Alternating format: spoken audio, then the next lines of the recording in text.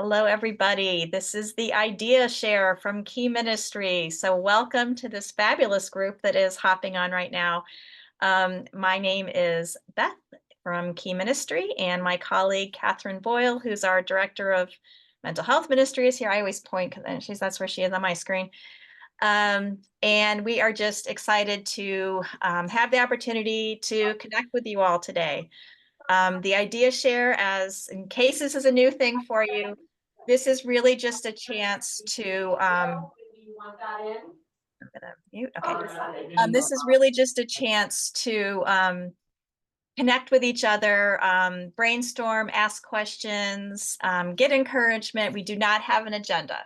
So like always, I'm just gonna go ahead and open it up to anybody who would like to share.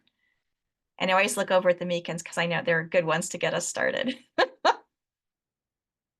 I do have something to share, but I'm trying to be kind to people. I called on you. Okay, I feel better then. So here's the cool thing. So now that I'm on staff part-time at our church, I've been commissioned to help the adults with disabilities to be able to serve. And some of you already know that. Well, we had our first service time yesterday, and they rocked it, of course. So what surprised me was the week before we had a little tour, and the pastor in charge of the host team is absolutely wonderful. He knows how to talk to them like they are adults, because they are, and he knows how to be sensitive. And it was beautiful watching him with them. So he did a little spiel, and he said, the only thing you need to know is this: you have to have a big smile. So he's like, okay, everybody, let me check out your smiles. And there were some people who I have never seen smile were smiling big because they wanted to serve. And then he said, all you have to do is say, welcome to Thomas Road. And so that's what they did. And they all practiced, and it was beautiful. But yesterday, 4 of them were able to serve. So each week there will be 4 of them that get to serve. And the people that came out for the tour was a larger number than originally reached out that said that they were interested. So I think this is going to be one of those, okay, this looks like a cool thing to do. I think I'm going to do it. And not only that, but this pastor said to me, I want to help you find other places for them to, or not necessarily find them, but when you find other places for them to serve, I want you to point to me as the success place. And then that way, yeah. And so he will put in a good word. You can't ask for anything better than that. He will put in a good word, and I think they're on their way. So I'm just really thrilled about that. That's so awesome. So see, I was right to call on you first to get us started with something really cool. I love that. So this is like your greeting team that they're going to be part of? Yes, yes. And we have lots of doors that they need to, that need to be covered. And we talked about, I said, they might need a little help. They might need a little support depending on who they are. Some of them are very independent, and some need a little more support. And he said, well, I will put them with people who I know will do a good job at steering them and helping them to know and encouraging them, helping them to know what to do, and then encouraging them. And so, well, they're on their way. It's good. That's awesome. Thank you. Great news. All right. Who else would like to share this morning? Or this afternoon, for those of us on the East Coast. Yes, Joseph. Yeah, hi everybody. Would it be okay if I just had a word a prayer with everyone as we continue? It's kind of would that be all right with everybody? Absolutely. You sure? Okay, all right, thank you.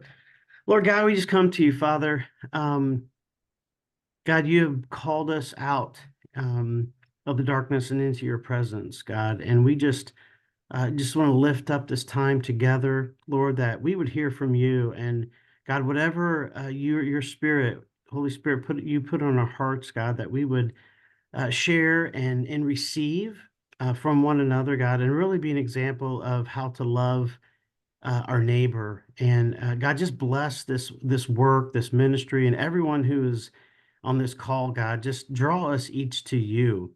And God, may you just continue to transform us into the likeness of our Savior. and God, just be a light to the world around us, Lord. And thank you for everyone who serves in this area of ministry, and just may we really learn from those with disabilities, and we all have struggles, and God, we just want to have compassion, God, so that you have for one another, for us. And God, all this we do pray in the name of Christ our Lord. Amen. Amen. Amen. Thank you so much. Thank you very much. I felt my shoulders like just relaxing. So thank you. Thank you Yes, for thank you for centering letting me us. do that. Thank you. Yeah. Who else would like to share? Linda, I was just gonna go over and call on you and say, do you have anything? You always have something going on. Yeah, I'm leaving on the 21st to go to Krakow, Poland for a week.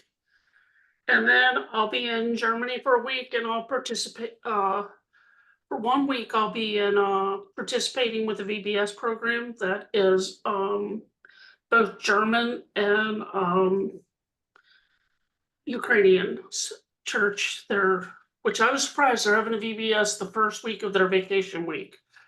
Because Wow. that's usually when everybody goes away. Like if you go to Germany, in southern Germany, the first week of August, it's a traffic nightmare. Just because they all leave the same week, even though they have 4 weeks. So, but yeah, so that's going to be nice. My ministry is pretty much fully independent now. I still have a few donors to move over, so pray that that works. I'm giving myself a deadline of September because it's summertime.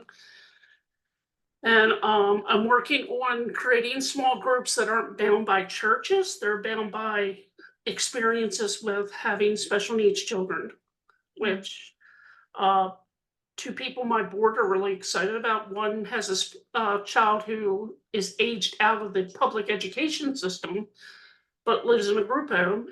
And then another one, they are homeschooling their kids. So it's like having these people at different walks, I think will be incredibly encouraging. And if that's exciting, like maybe just once a month or once a season right now until we can formulate it. But they are both very excited to be part of it and also being the leaders of it, because I'm not a mom. I know what I put my mother through and my father in some respects, but I'm going to do some stand-up stuff about my life to do fundraising. A lot of people are like, this is hilarious. You should do stand-up. I'm like, this is my life. Like, so I've written a couple blog pieces about standing in the corner because that was my mother's favorite punishment for me, and I hated it. And just my relationship with trouble with my siblings, like with my sister and my brother. They were both kind of different. One was more orally Owen in my life. My sister always seemed older. My brother and I kind of were raised together because we were a year apart in school, even though I'm older than him. But the trouble that kind of followed us together, the trouble that, I don't know, trouble just kind of followed me, or I made trouble. Or my brother made trouble for me, but never got caught until like he admitted to it later. So, but yeah, I've written like 3 different blogs on that and stand And in the corner. would people be able to find those at Abnormal Missionary? Yeah, once they're released, Okay. they'll be on the website about standing in the corner, which I did find out is a universal punishment. I thought it was a great injustice just for me. Because standing in the corner still and quiet for 10 minutes was utter torture. You know, I would have rather been spanked because I could begin doing my stuff.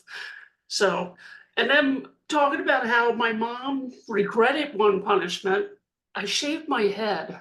Oh gosh. I was into the punk crowd. I was born in 1970, so in middle school I hung out with all the punks and skateboarders and all the weirdos at school. And she punished me until my hair grew back.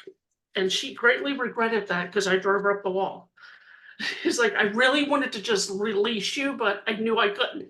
I was like, yeah, you shouldn't. My hair was terrible looking since I shaved it myself. But But yeah, I don't know how my mom I don't know how I survived some of the stuff I did. So, Well, but these yeah, I'm thinking sound about, like some pretty interesting blog posts to look forward to. well, So I'm going to include the link to yeah, your website so that people can go back and click on that and check out what you've written and, bookmark it so they can be on the lookout for those. yeah, I've been watching an autistic Scottish comedian, and it's absolutely hilarious. Some of the stuff she said. She's like, I don't have a superpower other than people don't want to invite me to their wedding. And I'm like, yeah, that is true. You It's can so do it. true. It's just like, wow. And then my friends are like, whenever I'm on a trip, they're like, you should do stand up. I'm like, this is my life. But I was like really thinking and praying about it. I'm like, one, people can learn about it and I can put my testimony in it. And it's a way to like people connect more to your story because it's humorous, even though some of the stuff is like, how did you not die from doing that? You know, so. Well, and Linda, you bring up such a good point, like sharing stories and sharing our testimonies, but this is how you can connect people. People are connecting to your story. Maybe they are experiencing something that you did, or they have a child that you might remind them of, or something like that. And so, oh, thank you. Catherine shared the website. It's Yeah. abnormalmissionary.org.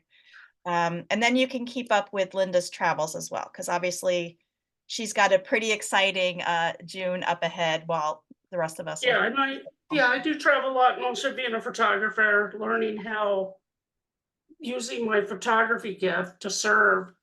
Like especially when I went to Ukraine, I was the first person. I took photos of the orphans, but I was the first person to give those photos back to them. Nobody Mhm. ever did that, and they loved it. And then the nursing home residents loved it, the grannies. And Yeah. even now, when I'm serving these families, I'm photographing, taking portraits of their kids, and they're like, "This is not, yeah," because I'm not trying to get them to smile. I have a long lens, and I'm standing away from them, and Right. it's a pleasure to be able to do that and use something that you wouldn't think would be effective on the mission field, but it is because it's all visitor art. And then, of course, I photograph like on my travels. I photograph things that I find. I am working on two projects. One is an art project because I am a fine artist. One is about in Vienna during the Holocaust how these children were murdered, and I want to tell their story or just talk about this. I have their names, Mhm. and because it's like it's a hidden secret in a way. They were finally put to rest in 2002. Wow. 800 some children, and a lot of them because they were disabled. And then another project I'm working on is documenting these places in Germany where Action T4 was committed, which was euthanizing the disabled, because they did that before they went on to the final solution. And a lot of these places aren't known by Americans. They're not, they don't have placards, they're translated. And I've been researching these places. And I think it's very important as a third generation German, but also somebody that suffers disabilities, to tell these stories so people can know this happened, but this bigger thing that was like terrible happened afterwards. But Right. this was the precursor. This was the testing field. And that concerns me with what's going on in Canada, and the euthanasia, and even in Holland. It's just mind boggling and heart wrenching this how this is being accepted again. So This is heavy stuff. But Linda, I just want to thank you for using your gifts the way you do. And if you haven't seen Linda's photography, please do go check it out. Yeah, so people are already looking at your website. Yes, so thank you. yeah, Um, there's photography on the website, but there's also a link to my site that has photography. yeah, So it's so like don't see forget. my art. So if you want to see that, I do portraits and I use sports. But there's also like just when I'm wandering during mission trips, I find places that most Americans don't know exist in Germany or other places. So Cool stuff. All right, I want to go to Allison has had her hand raised. Oh, I guess it's a fake hand. You're not that tired. Your arm's not tired. Allison. Yeah, I can't find the icon to put my Right. hand. I'm like zooming around. And I love hearing your stories, Linda, and I can't wait to check out the photos. So yeah, I wanted to sort of piggyback off the connections with families. I'm actually going back to the UK on 4th of July, which my American friends think's very funny. But I'm not putting out the country quick. But so I was trying to plan a few activities for my families before I went. And one of them was yesterday, and I just wanted to share that it was something that I haven't done before, and it was just really well received in that it was I'm the director of the special needs ministry here in Kennett Square in southeast Pennsylvania, and we have a family. He grew up on a farm down the road, and it's not a working farm, it's like a sort of I can't think of the words, but fields, etc., that he rents out to another farmer, but it has a lake, pond that they could swim in, and he opened it up. So we brought food over, and then I just invited my respite families to come. We didn't provide any childcare, we didn't provide any buddies. It was just the families to connect and have community together. And we've been trying to do that with our regular Sunday attendee families, and we've been doing that for 2 years, and that's been a huge success. So this was a sort of combination of respite families and Sunday families, and just hanging out at this beautiful setting with good food. And it was just a real joy just to have people together. And I think what I was thinking was that I don't often offer social experiences together with my families, because I think I always get hung up on the have I provided for the kids, and this was just one of those opportunities to be kind of like, no, just come and hang out, have fellowship. In fact, you'll giggle. I didn't even think to invite other colleagues. And the people we were hosting it at were like, can we invite the senior pastor and his wife? And I was like, sure. So he was there as well. And again, I think for our families, that meant a lot because they were hanging out with them socially. And it's just all those just different layers of connections. And one of my good friends who's a widow with her adult son with special needs, and one of the other dads kind of became a dad to him for the lunch. And it was just some really neat overlap. And to Linda's point of just the connections, I always love the story when two of my mums connected over realizing that both their kids watch the flushing of the toilets on YouTube. And they were like, oh yeah, my kid watches that. It's like all those little connections. And then another really quick story. I finally made it to Johnny and Friends retreat camp to go check it out, which was amazing. And a couple of my families were there for the first time, and they just said, just to be somewhere where nobody's looking at you, nobody's checking out your kid or sideways glancing, and just the love. And our plan is to take several of our families to serve, but also some of our older adults with special needs to serve there next summer. So it's all a little bit of a long-term planning, which I'm not very good at, but we're aiming for that for next year. And I want to see where Trace is. I've been following her car journey. I'm kind of curious. I love it. So, okay, so I'm hearing a lot of different things from Allison. So one thing is just kind of like thinking outside the box, this event that you had. So it was not a huge, like, volunteer heavy event, but like strictly a social event. No volunteers at all. It Yeah. was just for the families. And I did that. I want to celebrate my volunteers, but I figured if I had both of them there, it gets a bit complicated as to whether the volunteers should be helping out with the families, whether the family. So it was just families and their kids, and they could bring extended families, and some of them brought some of their PCAs and to help them. So I said, well, whoever you need to help, bring them with you. But essentially it was just for the families so that they could have a social time together and interact and be there. And then did you provided the food? Yeah, we provided the food. Okay. And then we were going to say bring cookies, but then I knew some of my families would stress out with them melting at church beforehand. And then we've got 2 kids that we have to be super careful on how much sugar is there. So we just did watermelon, just as a sort of, nobody's stressing out about how much sugar is being ingested. Right. I love it. Thank you. And then, and Skeeter, you're going to be next. I see your hand is raised, but before we move on, I just want to ask, how many of you have been to a Johnny and Friends family retreat? So not Just a couple, okay. A few, yeah, great. So I've had the opportunity to serve as a short-term missionary for several years, and I'm actually going, I'll be part of the leadership team at one that's going to be just for adult campers, in August. But they're really fantastic. And like everything you said, Allison, that's what I've heard from participants as well. So thank you. Thanks for sharing. Let's see. Now, where did he go? Where's Skeeter? Is he still? Oh, there he is. Hi, Skeeter. Go ahead and unmute. I muted you. Sorry. I thought you had background noise earlier. Okay, There you I do. And Johnny and Friends also has a weekend for military folks. Oh, nice. They've done one of those in our region, and they're wonderful. I just, wow. An observation about sensory rooms. I got invited to go help a church spend $10,000. Just a part of a committee. Big church here in Greenville, kind of First Episcopal Church. They have several families that come. They have a historic sanctuary that is really interesting if you're in a wheelchair, but they're moving in a very good direction. They wanted to see what other folks were doing with sensory rooms, and we've been to visit two. Both places, one was a church, one was a church school. One spent about $10,000 to put together a sensory room. Very well done.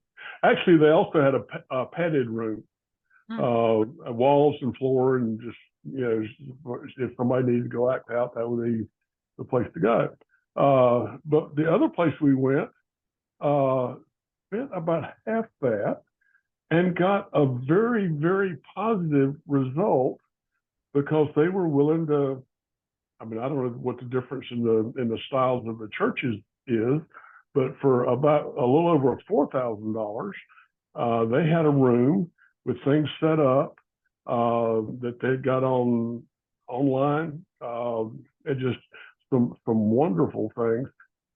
Tomorrow, we're going to go to my church and look at our sensory room, and I'll have some comparisons to do with that. But I just, one was very professionally done and wonderful, and one was done kind of by folks that were involved and was wonderful. I think there are all kinds of possibilities, whether you spend a lot of money or not. But it's been good for me to watch that.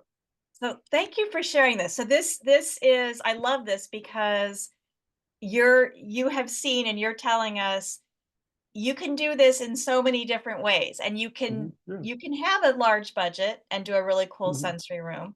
You could also have a very minimal budget and still create spaces and an experience that works really well for people, with a variety of sensory needs. So I do want to ask you, what is, and Barb, I know you have your hand up too. What is one item that is like either totally worth the money, or maybe it didn't cost a lot of money, but you absolutely want to have it in your sensory room?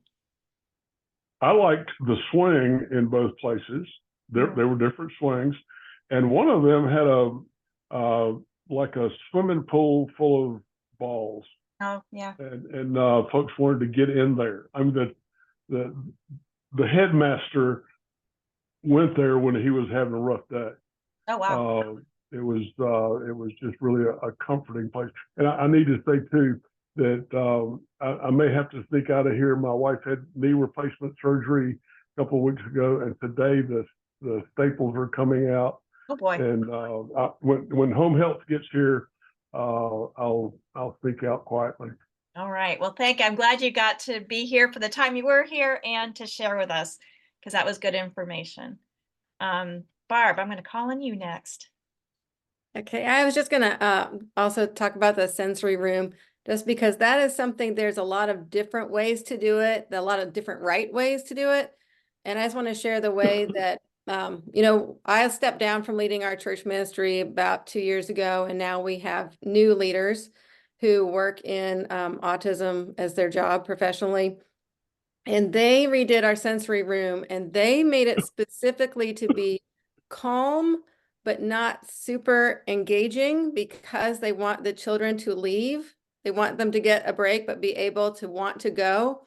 And there's some wisdom in that I think that works really, really well for smaller churches that don't have a big budget, because I think a lot of times smaller churches see these sensory rooms that are amazing, like you might see in a museum or something, or a gallery, and feel like they can't do it right. But really, there's a lot of different right ways to do it.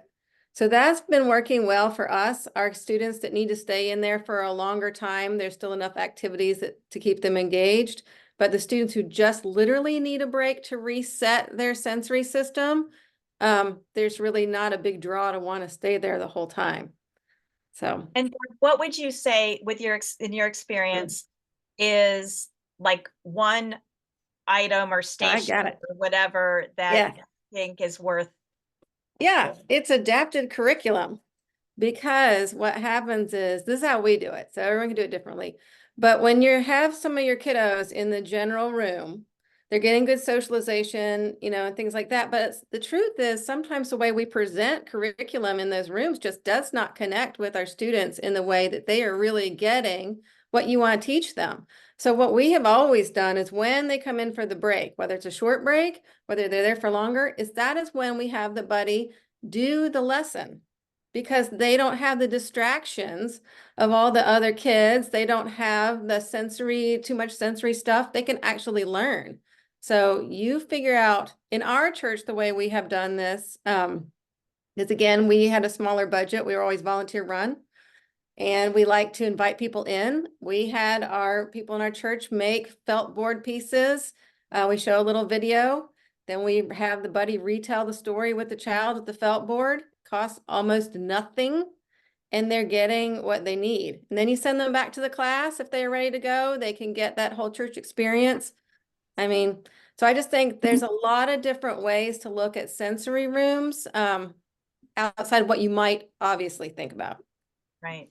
And that's such a good point. And I think we can all think of examples of, like, I like how you said, like, the museum type of sensory room. I mean, I've seen some phenomenal spaces. Yeah, it's cool. Not just in churches, but like Right. in, you know, but you can also accomplish the goal. Remember, our goal is to provide the best environment possible for a child to learn about Jesus. I mean, that's ultimately what our goal is. Right. And so that might look like providing that sensory break, but getting them back in the classroom, or it might be bringing them in, to use some adapted curriculum, whatever it is.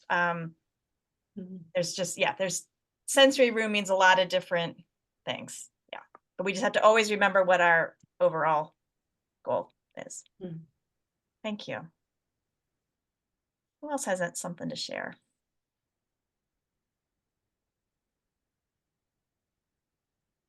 Trace, do you have your hand up? You gonna tell us where you are? Hi.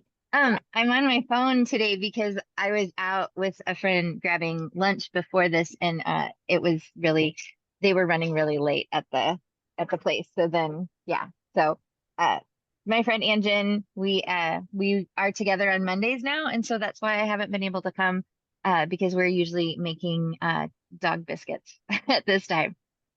Uh, so all of this is just reminding me, the sensory room talk, that kids, no matter what you have, big or little, kids are always going to figure out, they know what their body needs.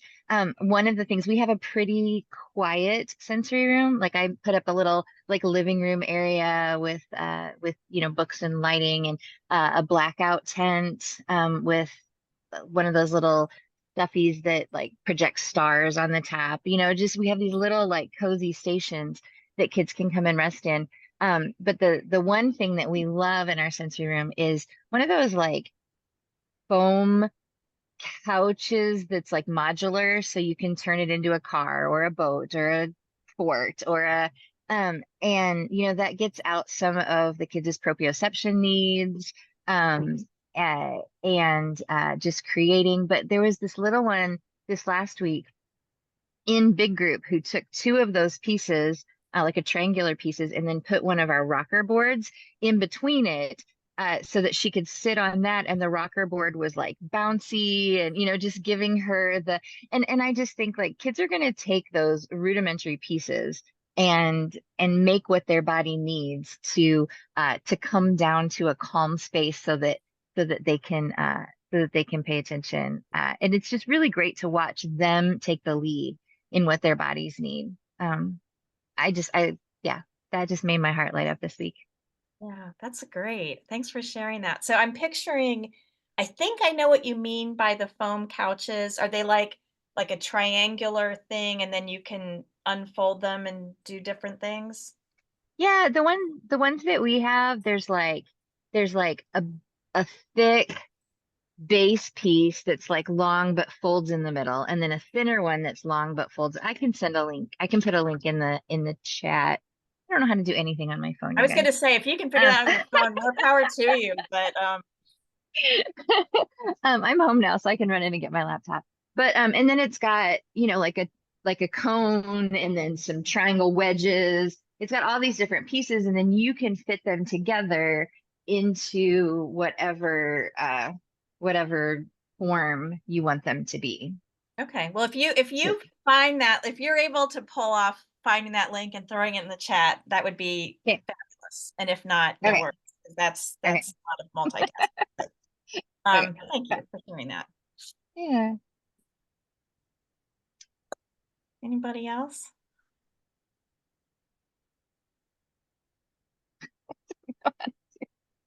Yes, Julie.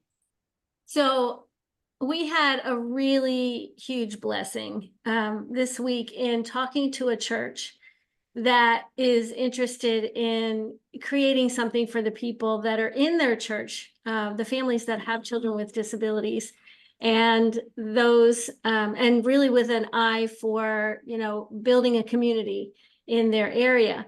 What was so amazing is that there were 2 or maybe even 3 people that were on staff that came to a Zoom meeting with us. And they were, they have various stories. Some of them have special needs kids. Some of them do not. And so we're always amazed at the ones that come, right, that don't have special needs kids and that want to love our kids this way and love our families this way. But I was just so impressed. Tom and I both were really, I'm going to speak for you. We were so impressed with their enthusiasm. But it wasn't just, I can get really excited about things. And, it was more of this Depth. Yes, there was a depth to them in that this is going to happen. We can tell it's going to happen because they really are thinking through and caring about, this is the long haul. We're thinking of this for the long haul. We're not thinking of this just as, let's have some bright, shiny objects and make it look good. It really was, we were so impressed with their hearts. And, and we look at each other sometimes and we're like, and we get to do this. We get to, collaborate with people who really care about their communities and want to make a difference, and even the ones who have the special needs kids, yes, they have incentive, but they don't have to work to help somebody else, right? So we were just so blessed. We're blessed by every single one of you who are working in ministry and loving families with kids with disabilities and adults as well. And so this was just loving what we do because we get to hang out with really cool people like that. So, one theme that I'm hearing today is the blessing of when people on your church staff or who are part of your church leadership or congregation or community, whatever, are leaning into what is happening in your disability ministries. So, I heard Allison say the senior pastor came to her gathering. And let's see, I heard, well, Julie, you mentioned, the staff involved. I mean, just like I'm hearing a couple different things like that today, and I think that's really encouraging and super important too. Thank you. I have a question. This is kind of a weird one.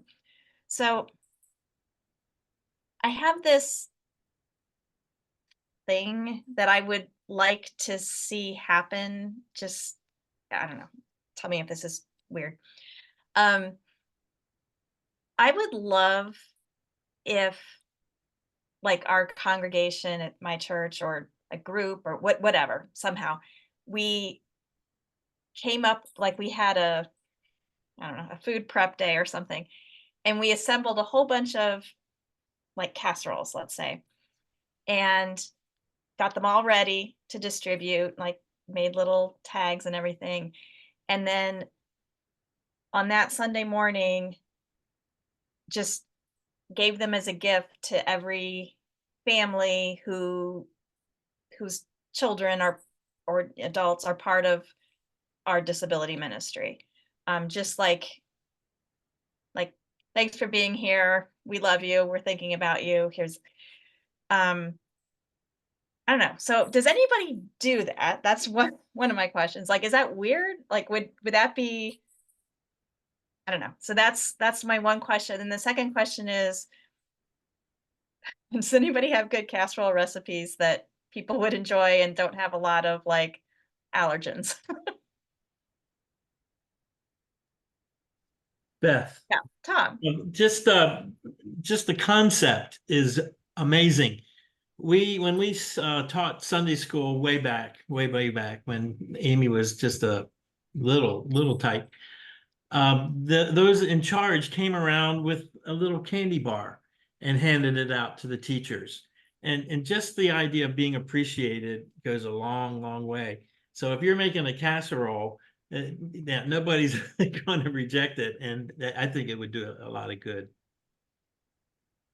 I think there's two things going on here too, because you've got the volunteers who are actually creating the thing, Yeah. and you're bringing whatever the thing is, whether it's a casserole or something else, and you're bringing them in to have a sensitivity and an awareness about these families that are part of the church that often don't get recognized, right? Don't even get noticed sometimes.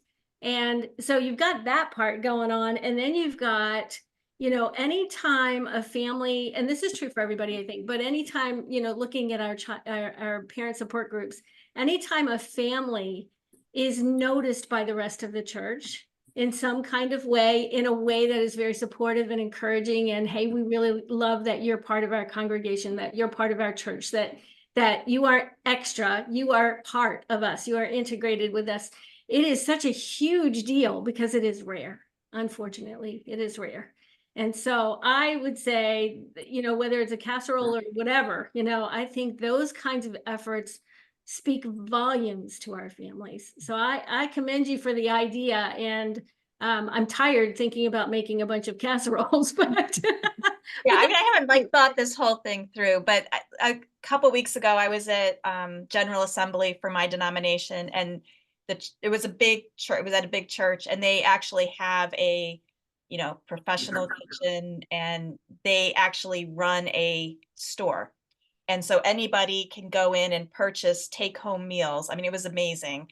But then it just got me thinking, like, I mean, obviously we can't do that, but, like, can you just bless a handful of families with something like that on a, like a smaller scale? Okay, Linda, I see your hand is raised, but let me just catch people up from the chat. So Allison K, because I know that we've got more than one Allison on here, says that her respite volunteers made meals for their families affected by disabilities during COVID, and all were appreciative of the connections. That's very cool. And again, yeah, that is tying the volunteers into mission. Yeah.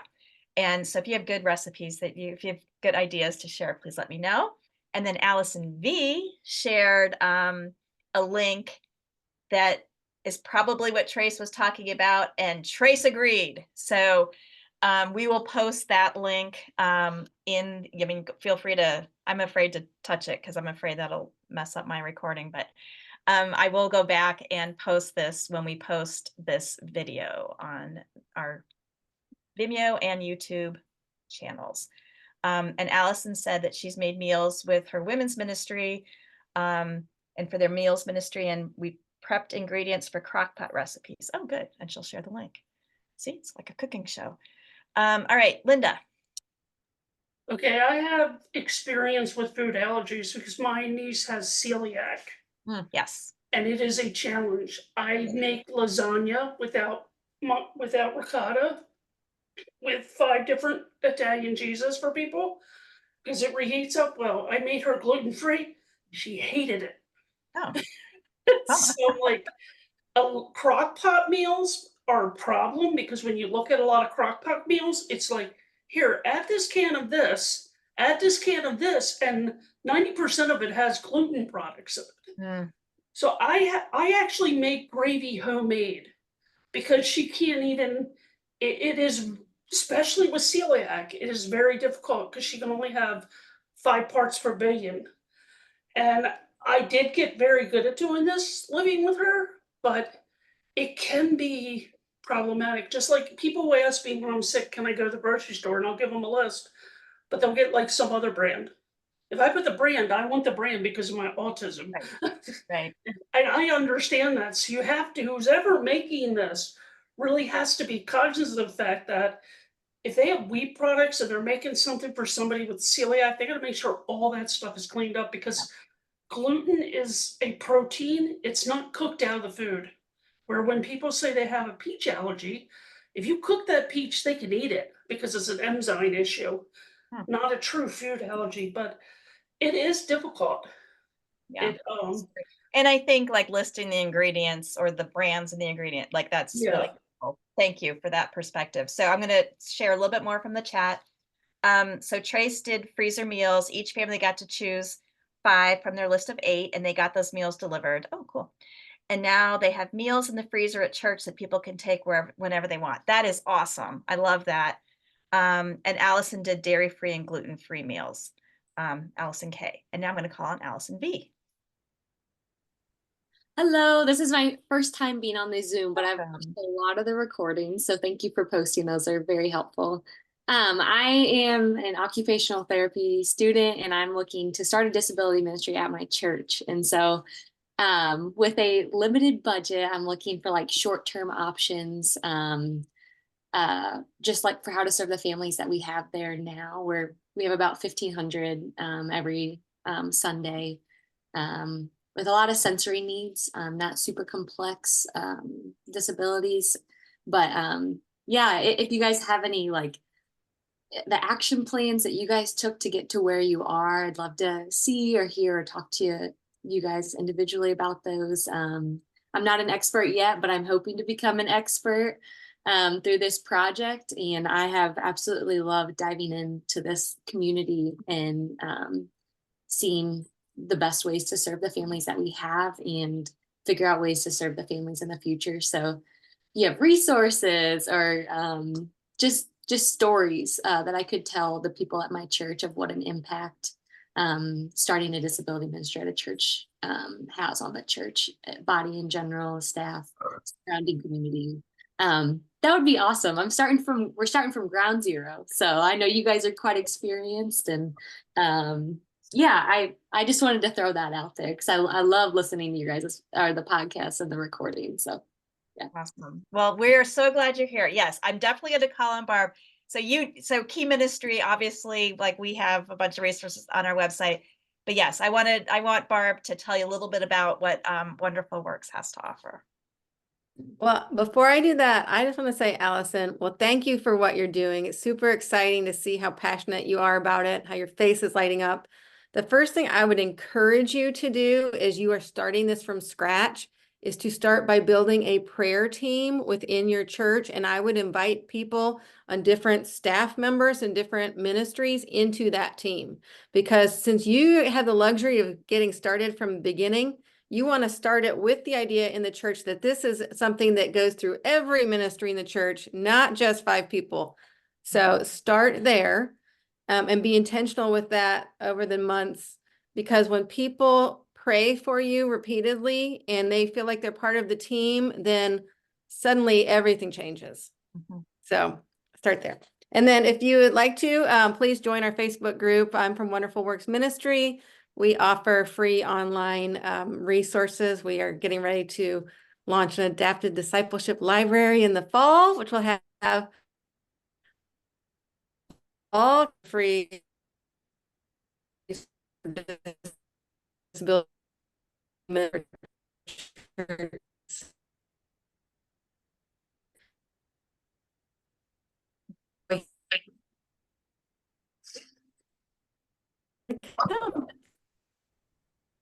Okay, I don't know if my internet or if it's Barb's.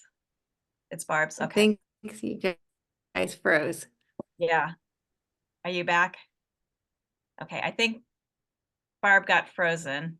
Yeah, I did get frozen. Yeah. Yeah. So I don't know where I left off, but yeah, please join our group and we have plenty of free resources that you are welcome to use to help train your volunteers. And in the fall, we'll have even more free resources for churches to use. Excellent. And so let's get that link in the chat too, if you're able to do that, Barb, and then we'll get that posted as well. Yes, Julie.